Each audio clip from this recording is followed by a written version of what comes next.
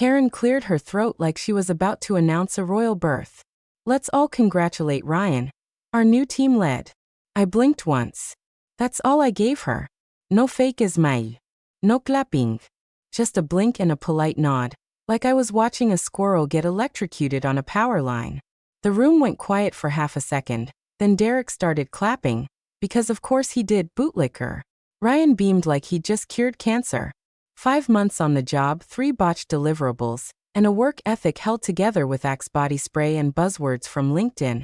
And somehow, that smirking nepotism nugget was getting my title. I didn't cry. I didn't rage. I just stood up, walked calmly to my desk, pulled the pre-printed resignation letter from the folder labeled contingencies, and walked it straight to Karen's office. She was still in the conference room, basking in the awkward applause, so I left it on her keyboard. A yellow sticky note on top. Congrats to Ryan. If you've ever felt the moment your heart detaches from a place you gave your best years to, like a garage light flicking off in the cold, then you know. That was the moment. Not the promotion. Not the blatant disrespect. It was the silence that followed. Nobody asked me why. Nobody ran after me. That told me everything. Hey, real quick, if you're still listening, do me a favor. Hit the like button and subscribe. I know. 97% of folks listen without subscribing. But it actually keeps the series going, and honestly, the team behind this? They work harder than Ryan ever did. Thanks. Now back to it. The second I stepped outside, the air hit different. October sharpness, like it was cutting through the last 6 years of late nights, early mornings, and weekends volunteered. I didn't look back. Not once. Because Karen didn't promote Ryan out of merit, she did it out of convenience. He was family. And I was just the quiet woman who wrote the SOPs, patched the vendor screw-ups, and kept the whole damn train on the tracks while she played corporate princess. What she never clocked was that the tracks, they were mine. I'd written every internal wiki page, every training doc, every escalation path. I had backups of systems no one else even knew were systems. Hell, the automations that let Karen clock out at 3 p.m. every Friday? I built those on my personal Airtable, never migrated them to the shared drive. I wasn't dumb.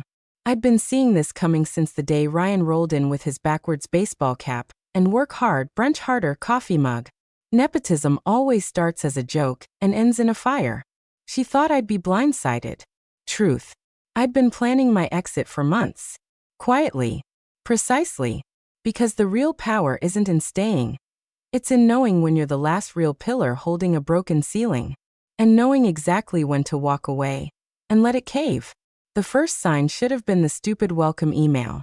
Join us in giving a warm Stratwood hello to Ryan, Karen's brilliant son fresh out of marketing school. Partying face, like we were supposed to be thrilled she'd crapped out a coworker. I remember staring at my monitor, rereading the line, and thinking, brilliant, huh? We'll see about that. Then he showed up in white sneakers, called me ma'am twice in one meeting, and asked if we use Slack because that's what the cool startups do. We use Teams. We'd always use Teams. But I let it slide. At first, it was small things. Karen would assign him lead roles on low-risk client briefs. He'd botch the formatting, miss the brief deadline, or confuse 2 clients entirely. I fixed it. Quietly. Rewrote his copy, rescheduled his calls, even covered one of his Zoom meetings when he accidentally overslept after trivia night. Karen didn't scold him. She just winked and said, he's still adjusting. Meanwhile, if I took an extra hour at lunch to pick up my dad's meds, I got a Slack ping about maintaining optics. After a month, the whispers started. Jesse from Ops leaned over one day and said, "Hey, is it just me, or does Prince Ryan get away with murder?" I didn't answer. I just looked at her and raised a brow. She grinned. Thought so. But no one said it out loud. Not to HR. Not to Karen. Because everyone knew Karen was HR's drinking buddy, and she kept the Slack threads tight and sweet. Sweet like arsenic in tea. I started keeping my own records. Not because I wanted to get anyone in trouble. Hell, I was still holding out hope the kid would grow up. But something felt off. A project tracker spreadsheet became a full-blown dossier. Missed deadlines? Logged. Passive-aggressive comments in meetings? Logged. Like the time he said, We should just let Gen Z handle the social strategy. No offense to the over 30 crowd. No one laughed, but Karen did. Of course she did. Then came the Thompson account. Big fish. High risk. I'd nurtured them for 3 years. Out of nowhere, Karen assigned Ryan as co-lead. Co-lead. He didn't even know their product line. He thought B2B meant back-to-back. I offered to loop him in slowly, maybe do a phased handoff. Karen brushed it off. He needs to swim sometime. You're a great safety net. That's the moment the trust cracked. Not broke, cracked. Because safety nets don't get thanked. They just get walked on. I kept the receipts. All of them. I had folders with timestamps, Slack threads, email trails, even audio clips from a few Zoom calls where Ryan flat out gave wrong numbers. I wasn't being petty. I was being precise. If I was going to be slowly pushed out, I'd go on my terms. And if anyone ever asked why the house fell apart after I left, well, the blueprints would be right there. Buried in the Google Drive she never checked. Morale kept dipping.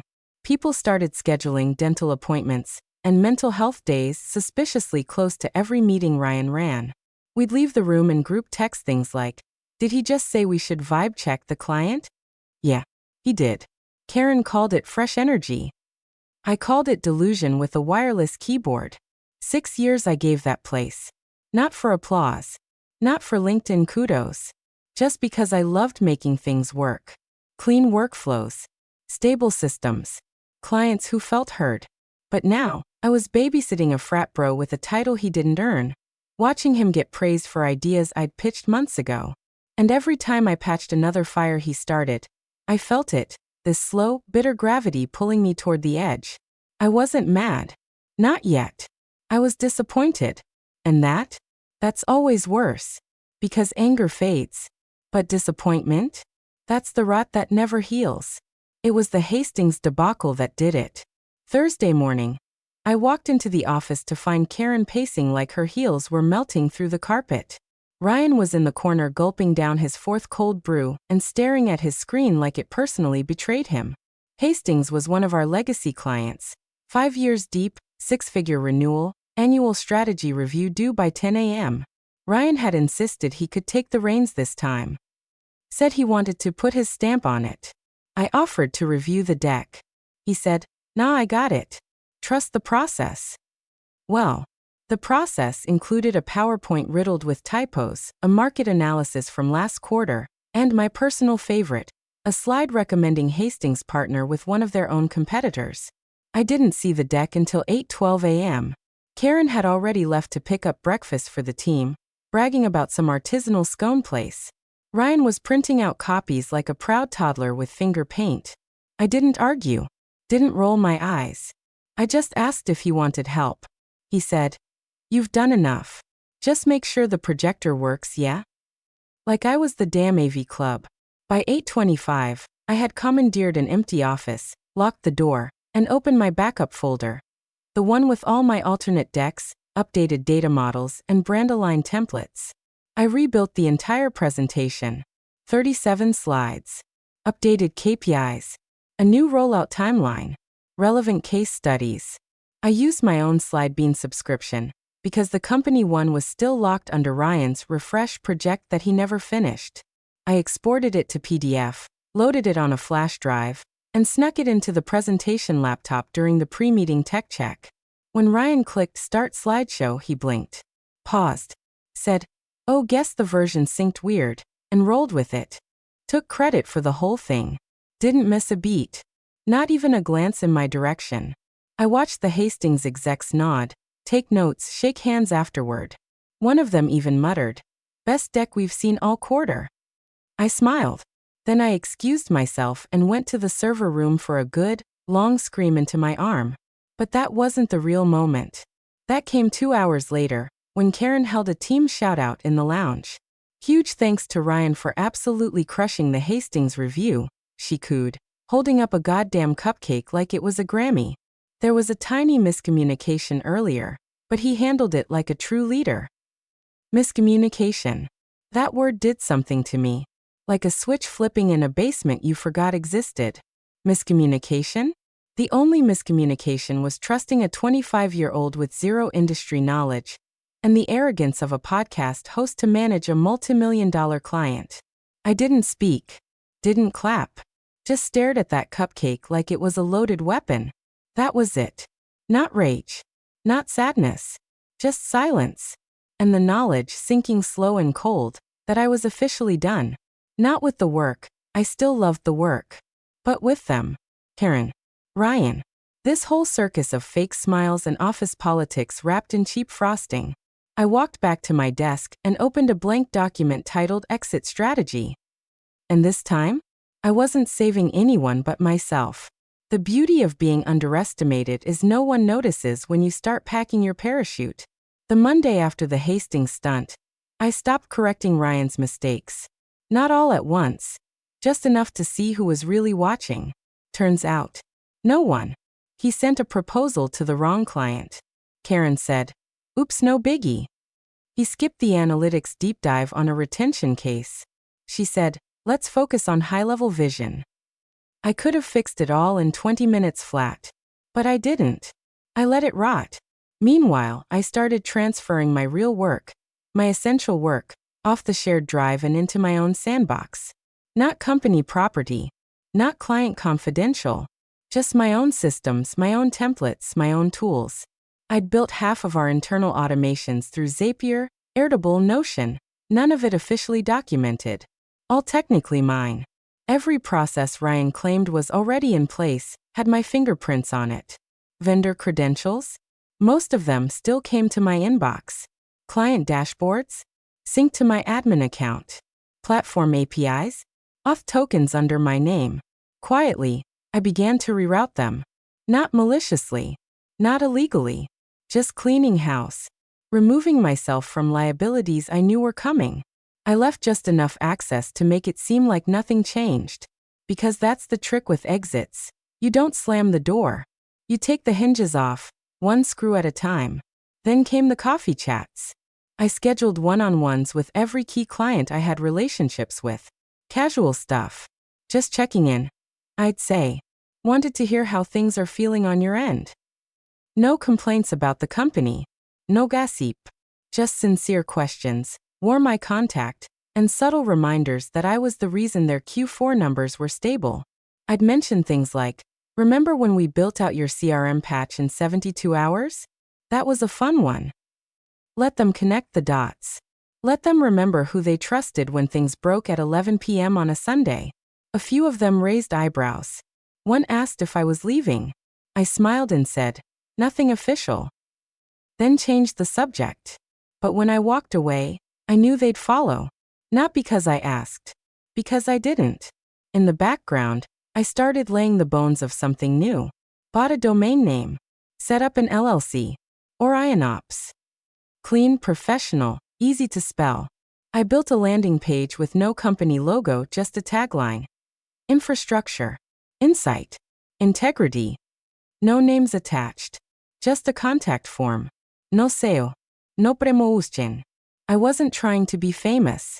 I was trying to be ready. I stayed late a few nights. Not to work, but to document what I wouldn't be sharing when I left. The training frameworks I built? Copyrighted in my name. I drafted them before uploading the final versions to the company wiki, and I had the original timestamps to prove it. The onboarding flow Karen bragged about at her last manager summit? All mine. I'd even created the Slackbot automation they used to welcome new hires. Trigger phrase? Imyan. Yeah. That one was just for me. I wasn't angry. I wasn't bitter. I was beyond it. I was building the lifeboat while they kept dancing on the deck, thinking the icebergs only hit other ships. Let them promote their prodigal fail son. Let them coast on stolen credit. I didn't need a title. I had leverage. And soon, I'd have distance. And from a distance, everything becomes easier to burn. By the time my final week rolled around, I felt like I was watching The Office through glass, muted, distant, already halfway gone. Karen must have sensed something, but instead of asking, she did what she always did. Ignored the cracks and painted over the rot. Monday morning, she came in wearing a new blazer, chirping about Q4 momentum like the walls weren't already shifting. Big week ahead, she said, holding a cup that read World's Best Boss, which I'm fairly certain she bought herself. Ryan, meanwhile, was thriving in his own little bubble of delusion. He started sending out calendar invites labeled Leadership Sync, and insisted on opening meetings with a thought to center us. These thoughts were ripped straight from LinkedIn influencers, stuff like, teamwork is the dream work, or you can't spell success without you. I kept my mic off during Zoom so he wouldn't hear me laugh. At one point, he ended a presentation with a quote he credited to Steve Jobs. I had to bite my tongue because it was actually from Shia LaBeouf. No one corrected him. No one cared. The silence was deafening. Midweek, HR slid a generic retention adjustment into my inbox. A PDF with a $2,000 bump and a half-hearted message. We value your continued contributions and hope you'll stay with us during this exciting period of transition. I almost choked on my coffee. $2,000. After 6 years of clean audits, client turnarounds, and building half their internal systems from scratch? They thought I was sticking around for $2,000 and a thank you email signed by someone who spelled my name wrong in the greeting? I replied with a single sentence. Thanks for the offer, respectfully declining. No follow-up. No explanation. Just enough to let them wonder. Then came Friday. I wore black. Not out of spite. Just for the poetry of it. Quiet morning for a company that didn't know it was already dead. I cleaned out my desk in the morning before anyone arrived. Didn't have much to pack. Just a mug, a charger, and a framed quote from my grandfather that read, "Don't waste your spine on people who buy theirs in bulk." I left that one on the desk. At 3 p.m., with Ryan blathering through some slide deck about synergizing across verticals, I clicked send on my formal resignation email. I CC'd Karen and HR. Attached a clean, 2-week notice letter. Standard, polite, airtight. And then I stood, walked to Karen's office, and placed the envelope on her keyboard with a single sticky note attached. Yellow, plain and simple. Congrats to Ryan. No signature. No florist. Just that. She didn't read it right away. She was still in the meeting, nodding along to Ryan's nonsense like he was delivering the Sermon on the Mount. I watched her through the glass wall as I walked by, my steps slow and steady. I didn't say goodbye to anyone. Not because I didn't care, but because the ones who mattered, they already knew. And the ones who didn't, would know soon enough. I reached the elevator just as she opened the envelope. Her smile twitched. She stood up so fast her chair toppled. She shouted something, maybe my name. I never turned around. Just stepped into the elevator, hit lobby, and let the doors close on whatever performance was about to unfold. That was the last time I saw her in person, and the last time she had control of anything that mattered. I hadn't even made it home when my phone rang. Karen office, lit up the screen like a warning flare. I let it go to voicemail. By Monday, she'd escalated. 10:17 a.m. Please come to my office. Urgently. 10:19 a.m. Now. 10:21 a.m. Ryan passed by my desk, smirking like he'd just been knighted.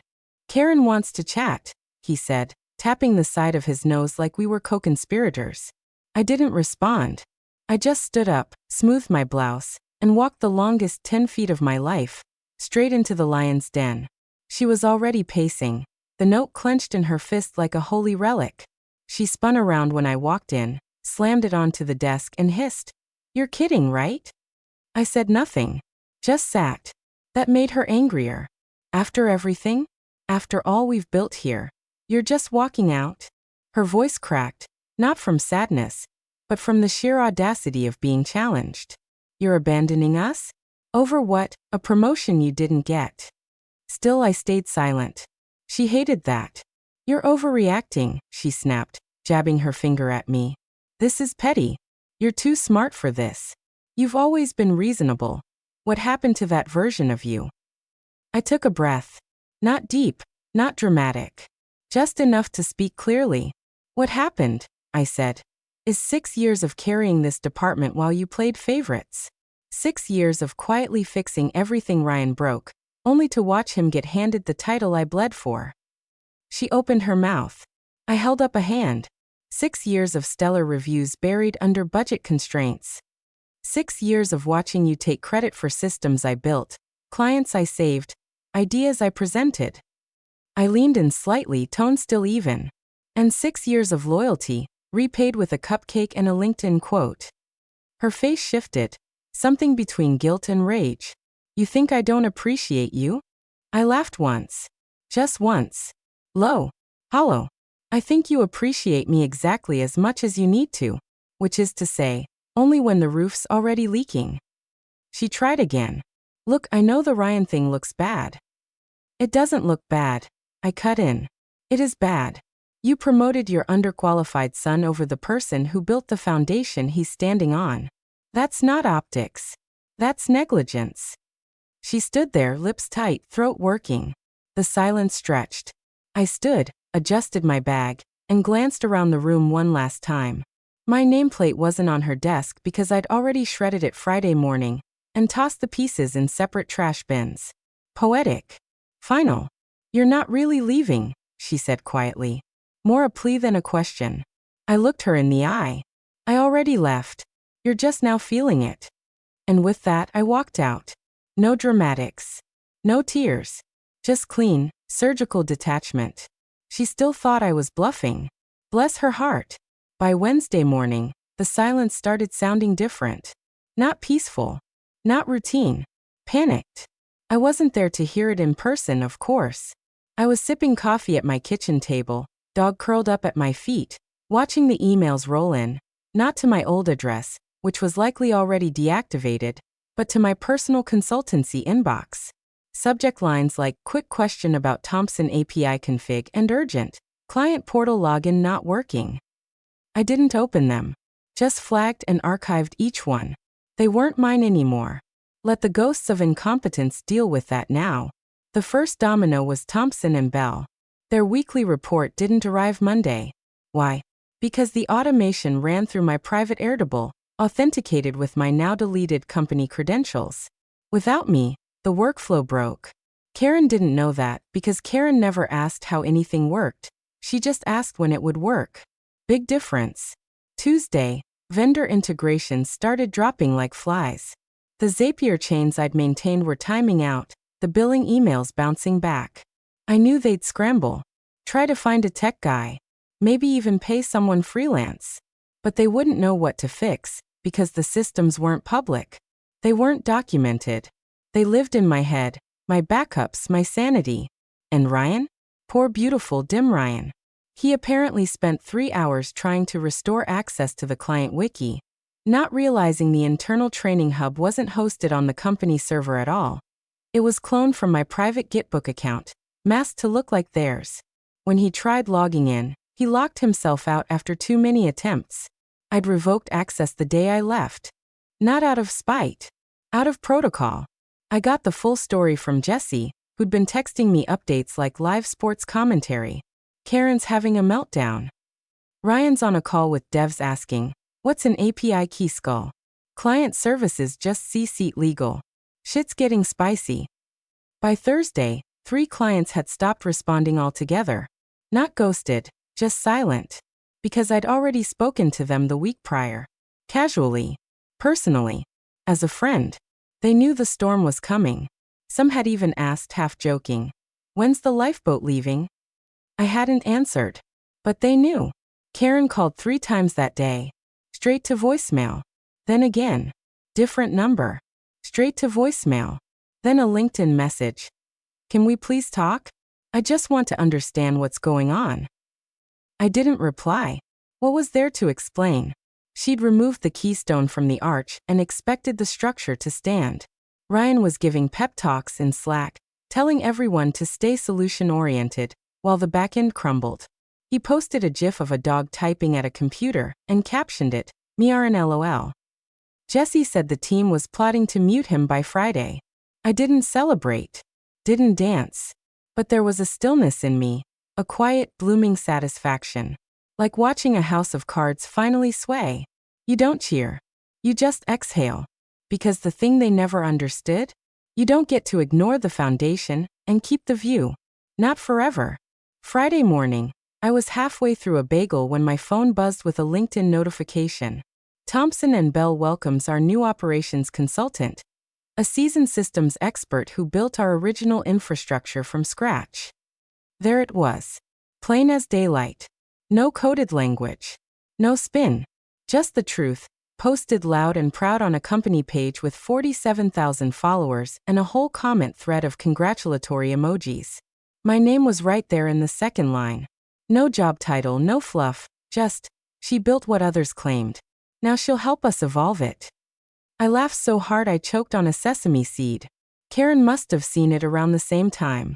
Maybe someone forwarded it. Maybe Ryan stumbled across it while doom scrolling, hoping to copy someone else's success story. Either way, I know the second her stomach dropped. I imagined the rage flush rising in her face like bad sunburn. The frantic clicking of a mouse trying to refresh the page like that would make it go away. Because now it was public. I didn't quit. I repositioned. Turns out, while they were busy pretending I was replaceable, I was busy making sure I wasn't. I hadn't poached clients. I'd simply made myself available. Quietly. Respectfully. Fully above board. Every conversation was documented. Every NDA airtight. I even had a clause stating I wouldn't disparage my previous employer. I didn't have to. They were doing it just fine on their own. By the end of the weekend, 3 more client updates had gone live. McAllister Dynamics. Thrilled to bring on a familiar face to streamline our back-end systems. Brighton Holdings. Our new consultant understands our operations better than we do. Literally. Haverton & Page. A trusted voice returns to guide us forward. For clients. For Wales. All now comfortably tethered to Orion Ops. My little shell company, born in silence, now roaring in execution. No press releases. No champagne. Just seamless transitions, built on trust and receipts. The best part? Every framework I ever built for Stratwood.